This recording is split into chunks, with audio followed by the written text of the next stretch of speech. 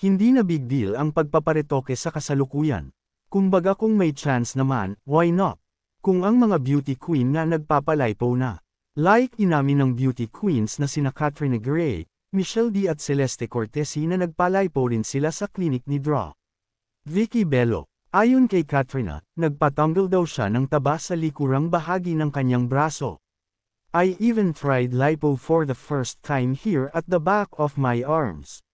You could just see that that's just a little thing that I did and I'm able to carry myself in a certain way because I feel that, and that translates to confidence for me. Ayon naman kay Celeste, retokada na siya bago pa sumali sa Miss Universe 2022. It was 2 weeks before going to Miss Universe, pagbabahagi ni Celeste. Kwento naman ni Dra. Vicky, it's so funny.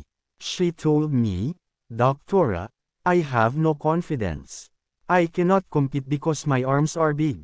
Si Michelle ay naman ay nagpalipo matapos siyang manalo sa Miss Universe Philippines 2023. I did get lipo in my back, specifically around my waist, pag-amin ni Michelle. As you grow, I'm sure a lot of US will realize that we have stubborn areas. Of course I tried my best to lose weight, then it became really stubborn, and you just need that extra love, dagdag pa niya. Nauna nang inamin ni Heart Evangelista na nagpagalaw rin siya ng labi.